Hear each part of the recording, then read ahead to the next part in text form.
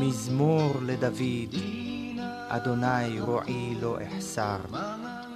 בנאות דשא ירביצני, על מי מנוחות ינהלני. נפשי ישובב, ינחני ומעגלי צדק, למען שמו. גם כי אלך בגץ על מוות, לא אירא רע, כי אתה עמדי. Tahakin ko man ang landas ng panganib, ako'y wala ng katatakutan. Tungkod niya't pamalo sa umaliw, lungkot may kanyang papawi. Karap ko man ang aking أعظم بشمية نتقدى شمه تيتي ملشوتو نيمي سويانو أي كانت بشمية أبقرا هلا لخما سنقانا يومانا وشقلا خوبين أي كانت أبخنا شقلا خياوين ولات الله نسيونا إلا فصا من بيشا مطل ديلو خاي ملشوتا وخيلة وتشبختا العالم آمين آمين pagpakailan pa man.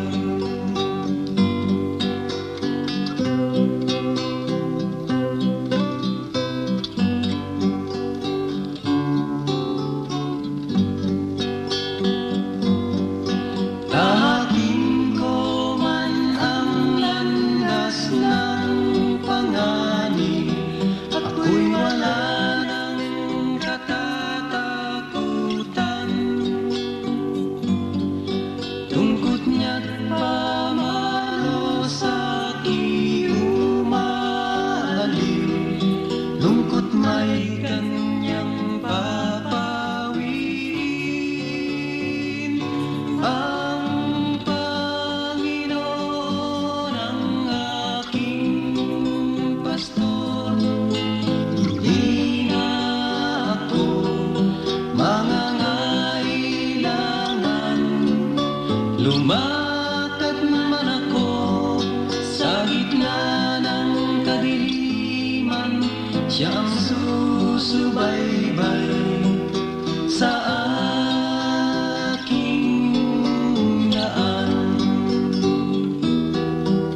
Sa aking daan. Sa aking daan.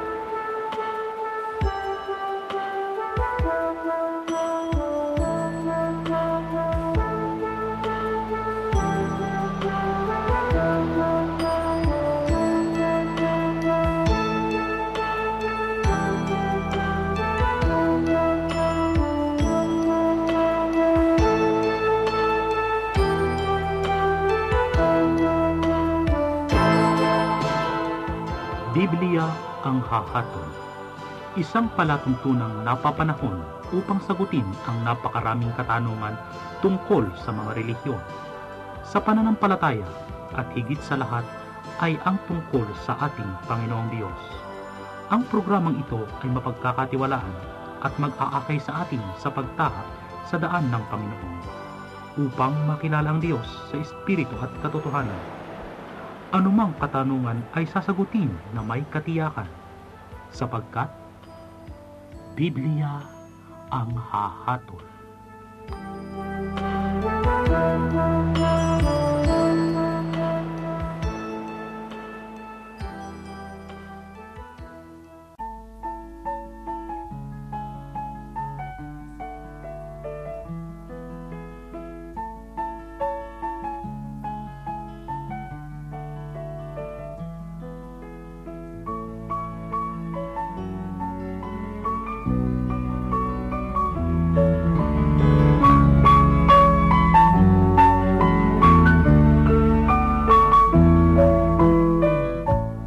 Magandang gabi po sa inyong lahat mga kaibigan, mga kababayan, mga kapatid, mga magulang. Muli ay naririto na naman po ang palatuntunan ito, ang Biblia ang hahatol, upang minsan pa, gaya ng sinabi sa ating sigla, ay tugunin ang mga katanungan tungkol sa mga relihiyon, sa pananampalataya, at ang higit sa lahat ay ang tungkol sa ating Panginoong Diyos.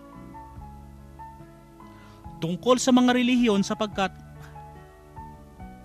ang huling katanungan na ating nakalap ay nagtatanong kung ano raw ang ating relihiyon. Sapagkat nga palasak sa ngayon, ating kapanahunan, ang napakaraming mga relihiyon o mga samahan na itinataguyod ng mga kung sino-sinong mangangaral at laging nangagsasabi na nasa sa kanila ang Diyos. Sila yung pinili, nasa kanila ang kahalalan ng Panginoon. At ating mapapansin na ang mga pinuno nito o yung mga nagtayo ay kinikilala nilang tulad sa isang Diyos.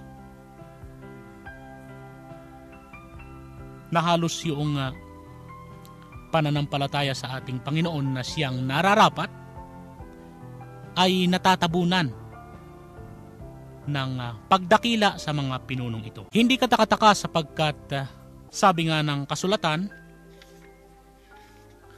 ay maraming mga magsisilitaw na mga bulaang propeta, maraming magsisilitaw na mga bulaang guro at ililigaw ang marami, gaya ng sinasabi sa aklat ng Mateo, Kapitulo 24, versikulo 11.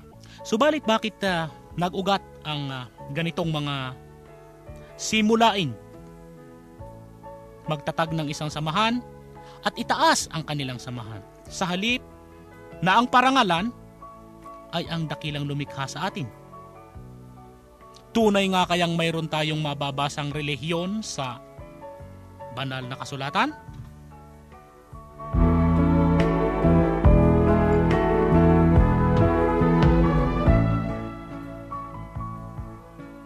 Ang sabi sa Santiago 1:27,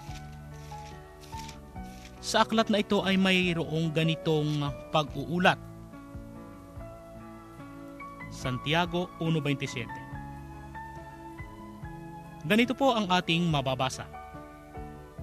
Ang dalisay na relihiyon at walang dungis sa harapan ng ating Diyos at Ama ay ito: dalawin ang mga ulila at mga babaing bao sa kanilang kapighatian at pag-ingatang walang dungis ang kanilang sarili sa sanlibutan.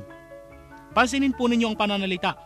Ang dalisay na relihiyon at walang dungis sa harapan ng ating Diyos at Ama ay ito, dalawin ang mga ulila at mga babaeng bao sa kanilang kapighatian at pag-ingatang walang dungis ang kaniyang sarili sa sanlibutan. Mayroon nga pong binanggit na relihiyon, salitang relihiyon sa talatang ito, at ito ang kalimitang binabasa ng mga mahuhusay na mga mangangaral sa ating kapanahunan upang palabasin na dapat nga ang isang samahan. Sapagkat na ipagkamali yung samahan, yun daw di umano ang tinutukoy na relihiyon. Subalit kung ating susuriing mainam, ang salitang relihiyon ay nagmula sa wikang Latin na religio o relegare. At kahit po sa wikang Italiano, yung relegare ay muling pagbuklodin, muling pag-isahin, muling mabigkis. At alin nga ang muling mabibigkis? Kung ating tutunghayan ang aklat ng kasaysayan na natala sa Biblia, sa Genesis ay palasak ang kwentong ito at maging yung mga elementarya na nag-aaral ng may subject na religion ay alam ang pangyayaring ito tungkol sa ating nunong si Adan at Eva na napalaya sa halamanan ng Eden sa makatuwid bagay nahiwalay sa Diyos.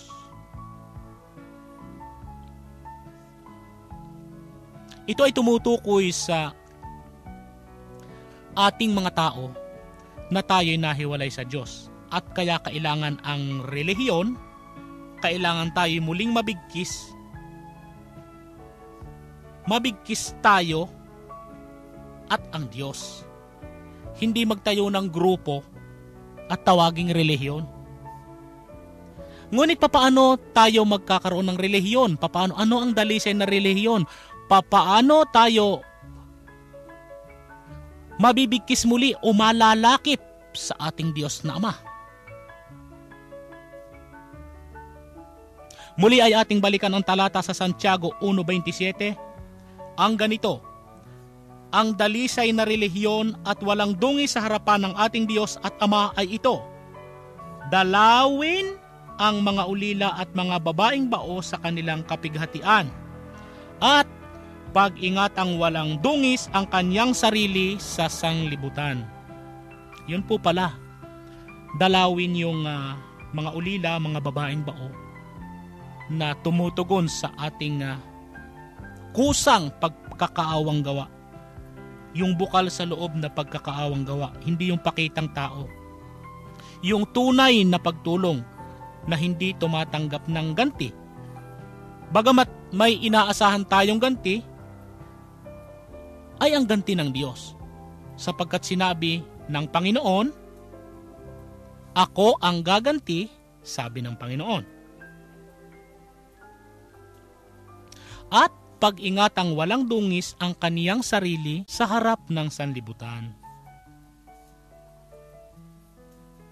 O pag-ingatang walang dungis ang kanyang sarili sa sanlibutan. Habang tayo naririto sa sanlibutan, pag-ingatan nating walang dungis ang ating sarili. Kaya't isa pong balintuna yung tukuyin na kailangang magkaroon ng isang grupo, tawagin itong iglesia o church o fellowship o kung ano paman, upang malakip sa Diyos.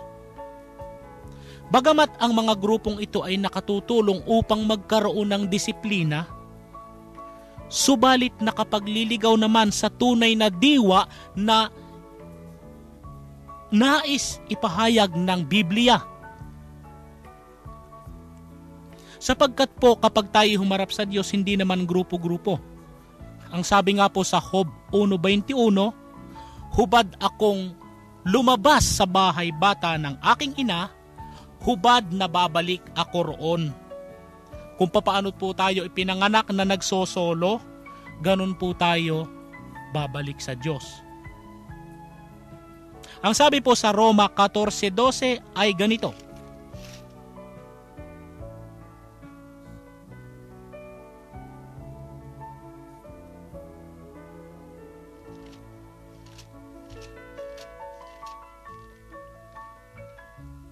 kaya nga, ang bawat isa sa atin ay magbibigay sulit sa Diyos ng kaniyang sarili.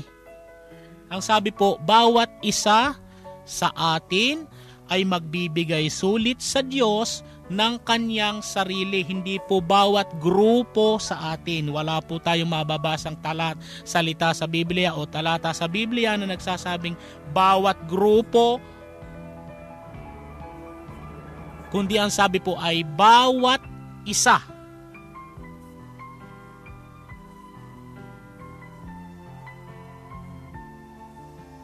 Bawat isa ay magbibigay sulit sa Diyos ng ating sarili. Ano po yung ating ipagsusulit sa Diyos? Papaano po tayo magsusulit sa Diyos?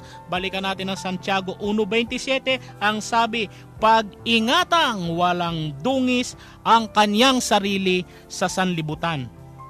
Kaya nga, tumpak ang sabi sa 1 Corinto 11:31, datapwa at kung ating kilalanin ang ating sarili, ay hindi tayo hahatulan. Sapagkat anong hatol kung ating naiingatang walang dungis ang ating sarili sa sanlibutan? Kaya't kung ang bawat isa sa atin ay humarap at magbigay sulit sa Diyos, ipagsusulit po natin bawat isa yung ating sarili. Kaya't kung ating kilalanin ang ating sarili, ay hindi tayo hahatulan. At ano ang pamantayang itinuturo ng Biblia upang maingatan ang ating sarili sa sanlibutan?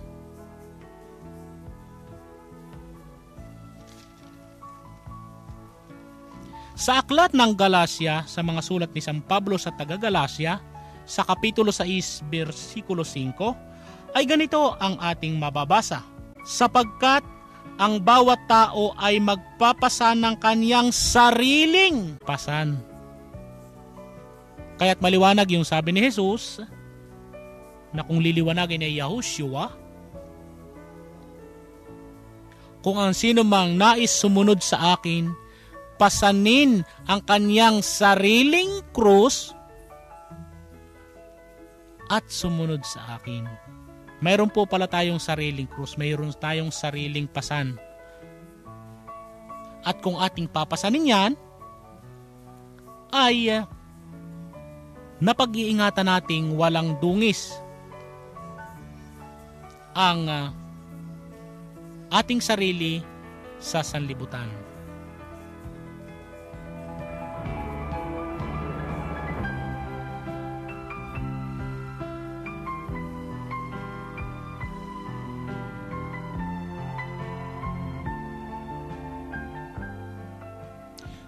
Kaya po, maliwanag ang tinutukoy ng Biblia, kailangan natin ng relihiyon, ang pakikipagrelihiyon sa Diyos.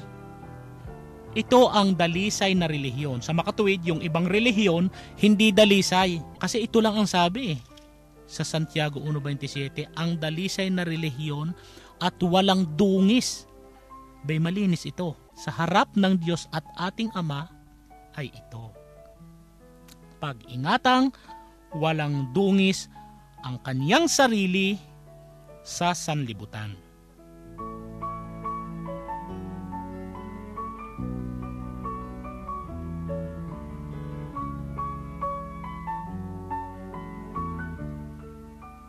May isa pang katanungan na nakarating sa atin. Ito pong mga tanong na ito ay, kung nais po ninyong magtanong, text po lamang ninyo sa 349-6350-925. 349-6350-925. At yan po ay tatalakayan natin sa ating mga pagtatanghal.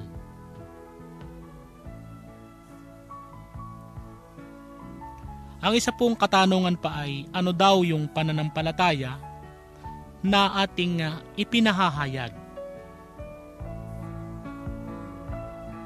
Simple lamang po ang sagot doon, ang pananampalatayang itinuturo ng Biblia. Ang pananampalataya at paglilingkod sa anak ng Diyos. Mayroon pang isang comment, ang sabi ay, bakit daw sa anak? Hindi daw po ba sa Ama o sa Espiritu Santo? Kasi ang binabanggit nga naman sa Biblia, Ama, Anak at Espiritu Santo. Tunghayan natin kung bakit nasabi natin na paglilingkod sa anak.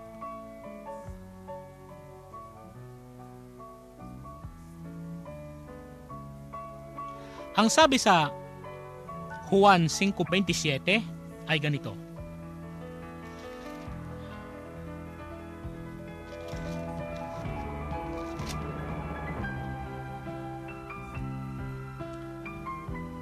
At binigyan niya siya ng kapamahalaang makahatol sapagkat siya'y anak ng tao.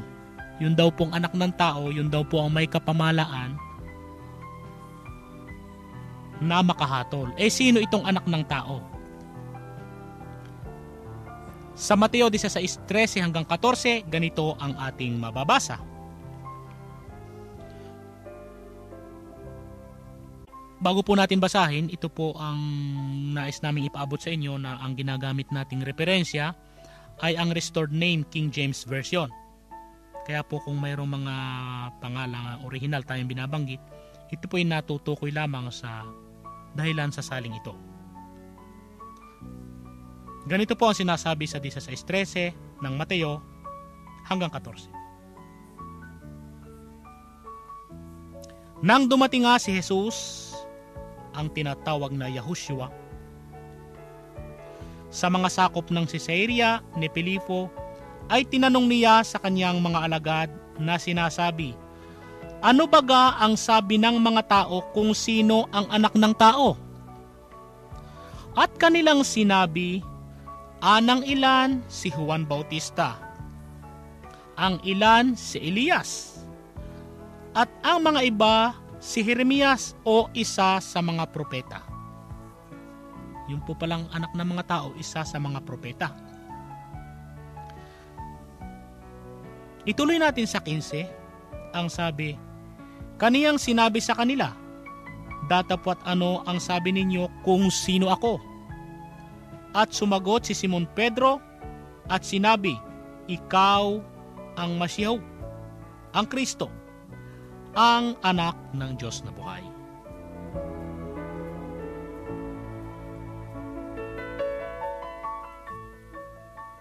Muli pong tinukoy dito na siya yung anak ng Diyos na buhay. May Diyos na buhay pala. Bakit siya anak ang maglilingkod? Tingnan natin ang sinasabi sa iba pang mga talata ng kasulatan.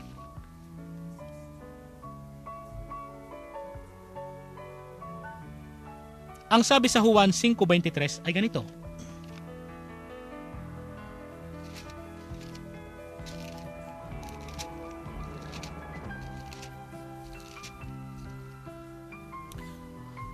Upang purihin ng lahat ang anak na gaya rin ng kanilang pagpupuri sa ama. Kung ano po pala yung pagpupuri sa ama, ganun ang pagpupuri sa anak. At ang sabi pa po ay, ang hindi nagpupuri sa anak ay hindi nagpupuri sa ama na sa kanya ay nagsugo. Pag po pala hindi natin pinuri yung anak, hindi natin pinuri yung ama. Kaya po para po natin mapuri yung ama, yung anak ang pupurihin natin. Sa makatuwid, kung paglilingkuran ninyo yung ama, dapat yung anak ang paglilingkuran natin. Kapag pinaglilingkuran natin yung anak, naglilingkod na tayo sa ama. Sa iba pang mga talata ay ganito ang ating mababasa. Sa Juan 5:22, ganito ang sinasabi, sapagkat ang ama'y hindi humahatol sa kanino mang tao, kundi ipinagkaloob niya sa anak ang buong paghatol. Yun po palang anak, nasa anak po pala ang buong paghatol, yung ama hindi humahatol. Kanino ka maglilingkod? Sa ama o sa anak? Kapag naglingkod ka sa ama, hindi ka naglilingkod sa ama. Hindi ka rin naglilingkod sa anak. Kung maglingkod ka sa anak, naglingkod ka na sa ama. Ang nagpupuri sa anak ay nagpupuri sa ama. Ngunit ating kilalanin kung sino ang anak na ito. Bakit gayon na lamang ang pagpaparangal ng ama sa kanyang anak? Bakit kailangang sa anak tayo lahat dumaan? Gaya ng sinasabi sa Juan 14:6. Ganito ang ating mababasa. At sinabi sa kaniya ni Yahushua, Ako ang daan, at ang katotohanan, at ang buhay. Sino man ay di makaparoroon sa Ama kundi sa pamamagitan ko. Hindi ka makaparoroon sa Ama kundi sa pamamagitan ko. Hindi ka makapagpupuri sa Ama kung hindi ka magpupuri sa Anak. At hindi ka makapaglilingkod sa Ama kung hindi ka maglilingkod sa Anak. Sino nga itong anak na ito?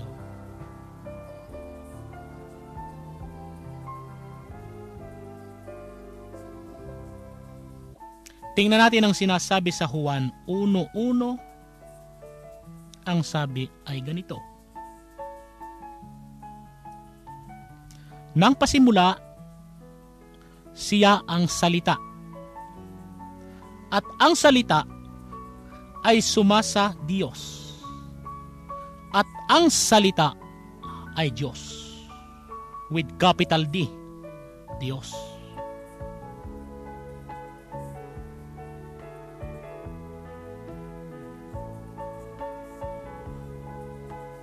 Yun pong salita, yun ang Diyos. Pagkatapos ay sinabing niya, nagkatawang tao ang salita at tumahan sa gitna natin. Sa 1 Juan 1:1 hanggang 2, ganito ang ating mababasa patungkol sa salitang ito.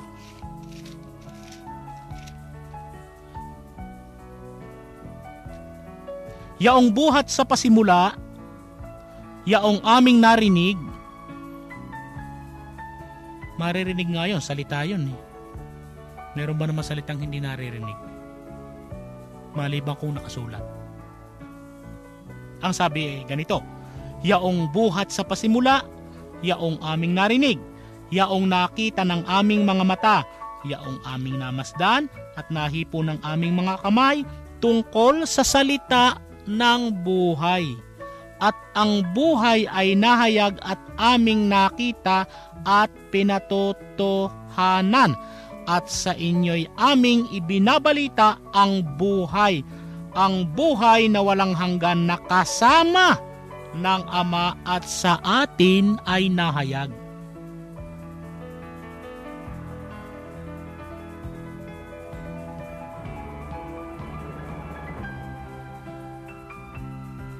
Ang buhay na walang hanggan daw po, nakasama ng Ama. Sino itong buhay na walang hanggan? Ang sabi sa 1 Juan 5:20, at nalalaman natin na naparito ang anak ng Diyos at tayo'y binigyan ng pagkaunawa upang ating makilala siya na totoo at tayo'y nasa kanya na totoo. Kanino? Sa makatuwid ay sa kaniyang anak na si Hesukristo. Ito ang tunay na Diyos at ang buhay na walang hanggan. Ngunit paano tayo makapaglilingkod sa salitang ito? Ano ang ating nararapat na gawin?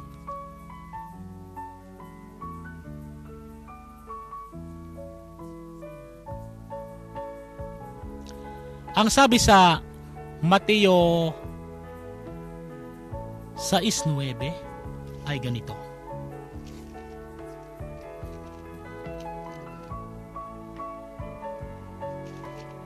Magsidalangin nga kayo ng ganito. Ama namin na nasa langit ka, sambahin nawa ang pangalan mo.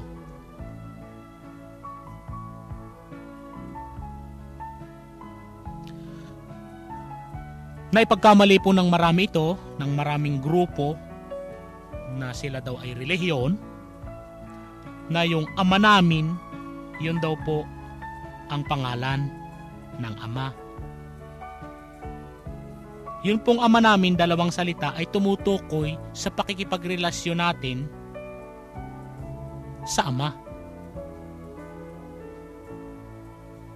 na sa Hebreo po, yun ay avun. Kaya kung ating bibigkasin sa wikang Hebreo, Ama namin na nasa langit ka, avun de bismaiya.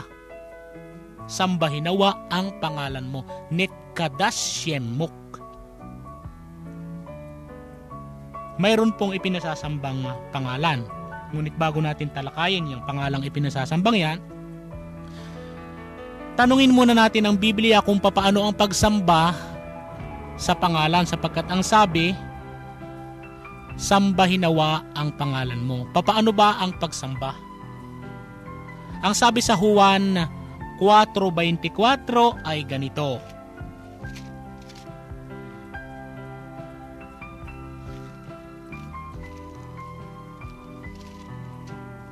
Ang Diyos ay Espiritu, at ang mga sa Kaniya'y nagsisisamba ay kinakailangang magsisamba sa Espiritu at katotohanan. Kinakailangan daw pong tayo sumamba, kung tayo sasamba, sa Espiritu at katotohanan. Sino yung Espiritu? Paano natin sasambahin yung Espiritu? Ganito ang sinasabi ng 2 Corinto 3:17 na nagpapakilala kung sino o ano yung Espiritu. Ganito ang sinasabi, ngayon ang Panginoon ay siyang Espiritu, at kung saan naroon ang Espiritu ng Panginoon, doon ay may kalayaan. Pagkatapos sinabing tayo ay sumamba sa katotohanan, sumamba tayo sa Panginoon sapagkat ang Panginoon ay Espiritu. Ang sabi, magsisamba sa Espiritu. Sa makatuwid, niliwanag ng 2 Corinto 3:17 na ang Panginoon yung tinutukoy na Espiritu. So, magsisamba tayo sa Panginoon at katotohanan. Ano naman yung katotohanan? Ang sabi sa Juan 17:17 ay ganito.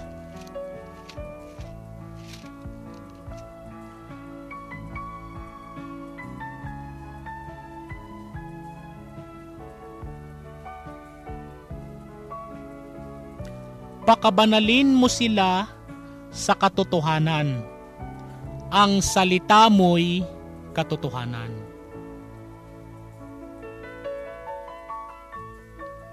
Yung palang salita, katotohanan.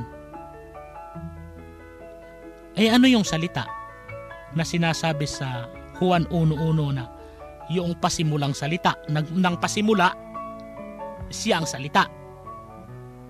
At ang salita ay sumasa Diyos, at ang salita ay Diyos. Sa ibang salin ng pasimula, siyang berbo, at ang berbo ay sumasa Diyos, at ang verbo ay Diyos.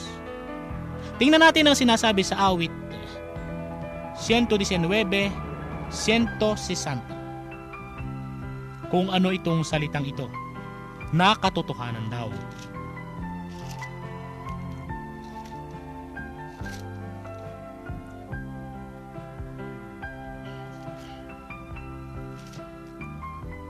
Ganito ang sinasabi, awit 119:160. Ang kabuuan ng iyong salita ay katotohanan. Ang kabuuan pala ng salita ng Diyos ay katotohanan. At bawat isa ng iyong matutuwid na kahatulan ay magpakailanman. Ang kabuuan daw po ng salita ay katotohanan. Ngayon yung salita ay magpakailanman. Nang pasimula, siyang salita, at ang salita ay sumasa Diyos, at ang salita ay Diyos. Ano itong kabuuan ng kanyang mga salita? Na katotohanan daw, ang sabi ng Biblia. Sa awit 138:2, ganito ang sinasabi, ako'y sasamba sa dako ng iyong banal na templo at magpapasalamat sa iyong pangalan dahil sa iyong kagandahang loob at dahil sa iyong katotohanan, sapagkat iyong pinadakila ang iyong salita sa iyong buong pangalan. Yung palang kanyang salita, yun po pala ang kanyang pangalan. Yung tinutukoy na salita sa Juan 1:1, yun po pala ang pangalan. Yun po pala yung anak na dapat nating sambahin. Ngayon, kung ang salita ay katotohanan at ang kabuuan ng salita ay pinadakila sa buong pangalan, kung gayon, sino yung pangalan? Ganito ang sinasabi sa Juan 8:36, paakyat ng 32.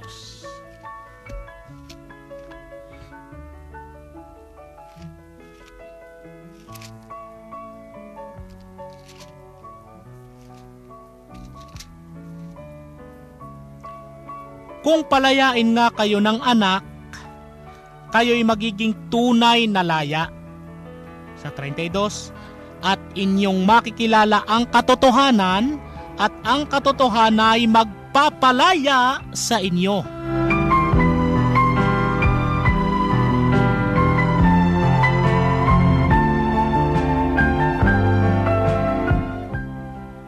Maliwanag na po na yung anak ang magpapalaya. Ang sabi sa 36, kung papalayain po kayo ng anak, kayo'y magiging tunay na malaya. At inyong makikilala ang katotohanan, at ang katotohanan ay magpapalaya sa inyo. Pansinin po ninyong pangungusap sa 36, kung palayain nga kayo ng anak, kayo'y magiging tunay na laya. Sa 32, at inyong makikilala ang katotohanan, at ang katotohanan ay magpapalaya sa inyo. Kilala na kaya natin?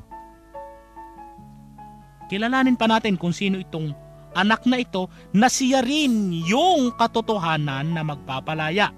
Na sino nga itong anak na ito na tagapagpalaya? Ang sabi sa Galacia 5:1 ay ganito.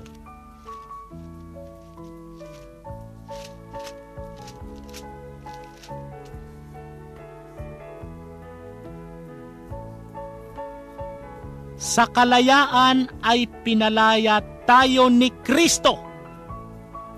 Magsitibay nga kayo at huwag na kayong pasakop sa namuli sa pamatok ng pagkaalipin. Ang sabi sa Juan 8:36, kung palayain nga kayo ng anak, kayo'y magiging tunay na laya.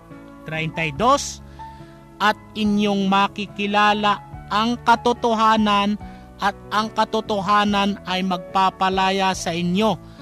Sa Juan 14:6, ako ang katotohanan, sinabi ni Jesus. At sa Galacia 5:1, sa kalayaan ay pinalaya tayo ni Kristo. Ngayon, talastas na natin ngayon. Si Kristo yung tinutukoy na anak. Siya rin ang tagapagpalaya, na ito rin ang katotohanan, na siya rin yaong salita. Ang salitang ito ang kanyang pangalan. Kaya't malinaw ang pagkasabi. Sambahin nawa ang pangalan mo. Tingnan natin kung sinusuportahan pa ito ng ibang talata. Sa Hebreo 1:6, ganito ang ating mababasa.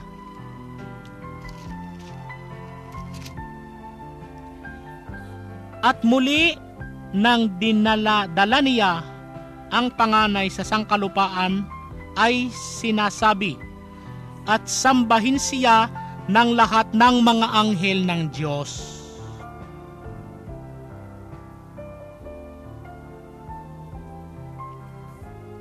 Ngayon ang sabi sa 1 Pedro 1:25, ganito naman ang sinasabi. 2 Pedro 1:25, at ang bulaklak ay nalalanta, datapwat ang salita ng Panginoon ay mananatili magpakailanman. Ang sabi sa awit 72:17,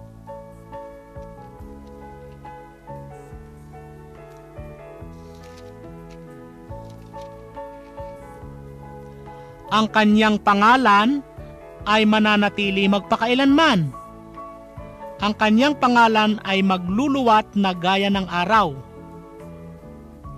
At ang mga tao ay pagpapalain sa kanya. Tatawagin siyang maginhawa sa lahat ng mga bansa. Ang sabi po sa awit 72:17, ang kanyang pangalan ay mananatili magpakailanman. Ang sabi sa 1 Pedro 1:25, datapwat ang salita ng Panginoon ay namamalagi magpakailanman. Ang sabi sa awit 119:160, ang kabuuan ng iyong mga salita ay katotohanan. Ang sabi sa Juan 14:9, ako ang katotohanan. Sa awit 138:2, ang iyong pinadakila ang kabuuan ng iyong salita sa iyong buong pangalan. Sa makatuwid yung pangalan, nananatili magpakailanman, na siya rin yung salita, siya rin yung katotohanan na tagapagpalaya. Ang sabi sa Galacia 5:1, kung palayain kayo ni Kristo, huwag na kayo magbalik sa pamatok ng pagkaalipin. Tumpak ang sabi sa Hebreo 13:8, sa kanyang pananatili. Sapagkat ganito ang ating mababasa, si Hesukristo ay siya ring kahapon at ngayon, oo, magpakailanman.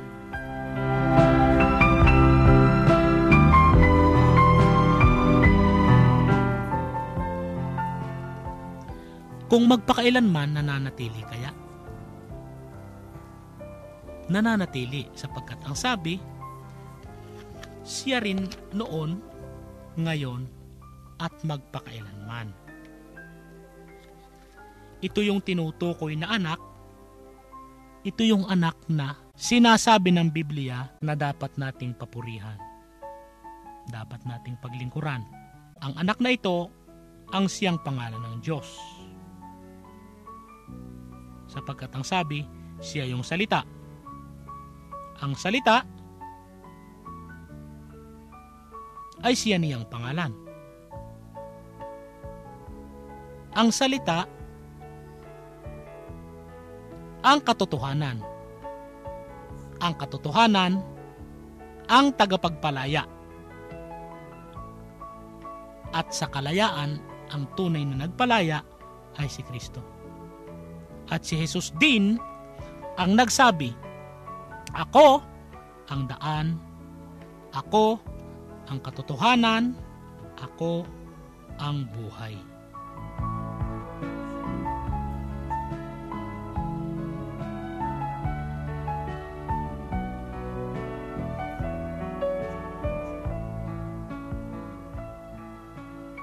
Kaya po, hindi sumasalungat kung mataniman sa ating isip na mayroong ama at mayroong anak. Pagkatapos sinabing ang Diyos ay iisa. Tumpak po yung pagkasabi ni Jesus sa Juan 10:30, ako at ang ama ay iisa. Dahil nga, pag naglingkod ka kay Jesus, kay Kristo, naglingkod ka na sa ama.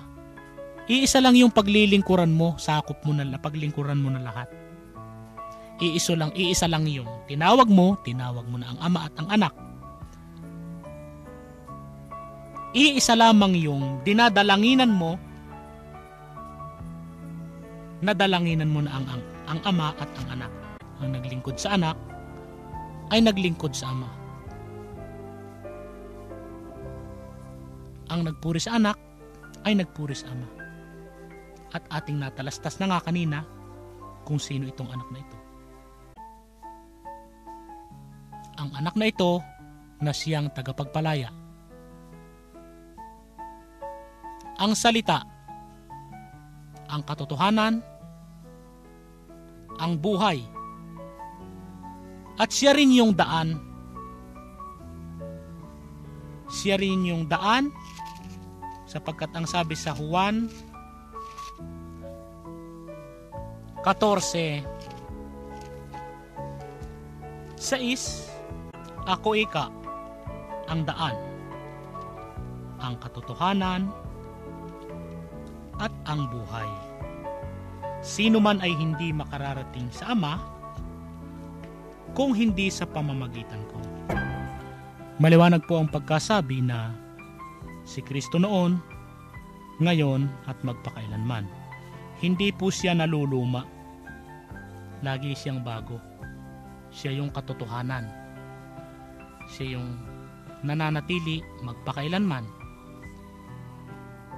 At kung nananatili magpakailanman, ay hindi siya lumilipas. Ito po yung daan na ipinakikilala namin sa inyo. Yung isang daan na hindi lumilipas. Yung hindi naluluma. Bago po tayo magtapos, ay nais kong muling ipaalaala sa inyo ang sinabi ng kasulatan. Ang Ama ay hindi humahatol kanino mang tao, kundi ipinagkaloob niya sa anak ang buong paghatol.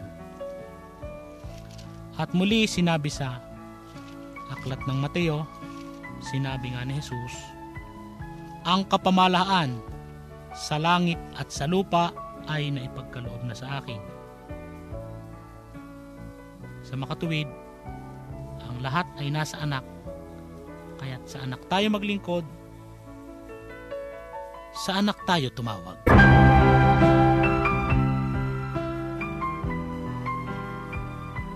At ang isa pang paalaala sa aklat ng mga awit, Kapitulo 2, versikulo 12, ay ganito po ang ating mababasa. Hagkan ninyo ang anak, baka magalit siya, at kayo'y mga pahamak sa daan, sapagkat ang kanyang puot ay madaling mag-alab. Madali pala magalit yung anak. Madali daw mag-ab. At mapalad ang nanganganlong sa kanya. Sa anak po pala tayo dapat manganlong kung nais nating maging mapalad.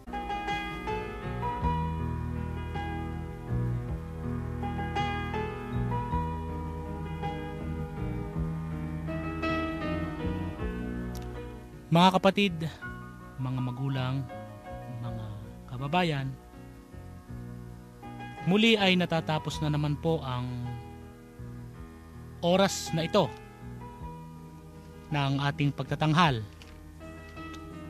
At sa susunod po huling Sabado, sa ganito ring oras ay muli magniniig na naman tayo upang talakayin pang muli ang mga katotohanang isinasaad ng banal na kasulatan. Ang tinatawag natin ngayong Biblia. At bago po tayo magpaalam ay muli, iniiwan namin sa inyo ang isang talata na sa inyong pagtulog ay inyong namnamin ang sinasabi. Na siyang aming nais ipaabot sa inyo. Ito po ay ating mababasa sa Hebreo 10:19 hanggang 20. Mga kapatid, yamang may kalayaan ngang makapasok sa dakong banal sa pamamagitan ng dugo ni Jesus, sa pamamagitan ng daang bago at buhay na kanyang itinalaga sa atin, sa pamamagitan ng tabing, sa pamamagitan sa makatuwid bagay sa kanyang laman. Ang sabi po ng kasulatan, isang daang bago, hindi po dati. Isang bago, isang bagong daan. At ito ay ang nasa anak. Magandang gabi po, ito po ang inyong kapatid na June. Pagpalain nawang lahat ang mga nagnanais na sumunod sa kaniyang kautusan.